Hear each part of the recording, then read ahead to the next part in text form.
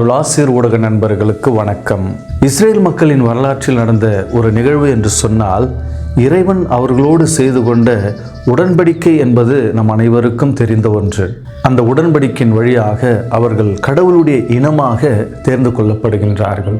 அந்த உடன்படிக்கையின் பொழுது, நான் உங்களுடைய கடவுளாக இருப்பேன் என்றும் நீங்கள் என்னுடைய மக்களாக இருப்பீர்கள் என்றும் உடன்படிக்கையை செய்து கொள்ளுகின்றார். மற்ற மக்களால் துன்புறுத்தப்பட்ட பொழுது, ஒதுக்கப்பட்ட பொழுது, அடிமைகளாக கொண்டு செல்லப்பட்ட பொழுது, நான் உங்களுடைய கடவுள் என்றும் நீங்கள் என்னுடைய மக்கள் என்றும் தன்னுடைய உறுதிமொழியை மீண்டும் மீண்டும் நினைவுபடுத்துகின்றார். மனிதன் தன்னுடைய வாக்குறுதிகளை மறக்கக்கூடும், ஆனால் இறைவன் தன்னுடைய வாக்குறுதியில் மாறுவதும் இல்லை, மறப்பதும் இல்லை. இந்த ஒரு செய்தியை எலும்புக்கூடு காட்சிக்கு பின் எசேக்கியேல் இறைவாக்கினர் வழியாக மக்களுக்கு கொடுப்பது கவனிக்கத்தக்கது.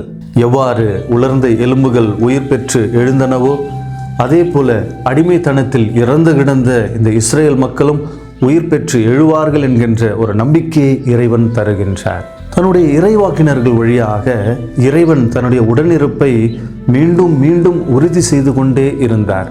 ஆனால் அதை இஸ்ரேல் மக்கள் புரிந்து கொண்டார்களா என்றால் அது ஒரு பெரிய கேள்விக்குறியாகவே இருந்தது.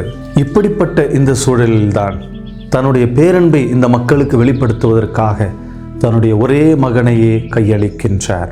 இன்றைய நற்செய்தியில் இயேசு இவ்வுலக மக்களுக்காக இறக்கப் போகின்றார் என்று கயப்பாவின் வார்த்தைகள் வழியாக வெளிப்படுத்துவதை நாம் பார்க்கின்றோம்.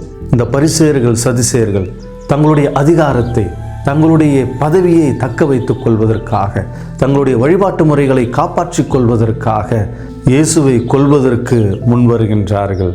நமது வாழ்வில் ஒவ்வொரு திருப்பலியும் இறைவன் நம்மோடு இருக்கின்றார் என்கின்ற செய்தியை தாங்கி வருகின்றது. இப்படிப்பட்ட இந்த திருப்பலியில் எப்படிப்பட்ட மனநிலையோடு நாம் கலந்து ஜெபிக்கின்றோம், இதை பற்றி சிந்திக்கவும், அந்த உடனிருக்கின்ற இறைவனை கண்டுகொண்டு அவரோடு இணைந்து வாழவும் அழைக்கப்படுகின்றோம். Praise the Lord. இயேசுவுக்கே புகழ், இயேசுவுக்கே நன்றி. மரியே வாழ்க.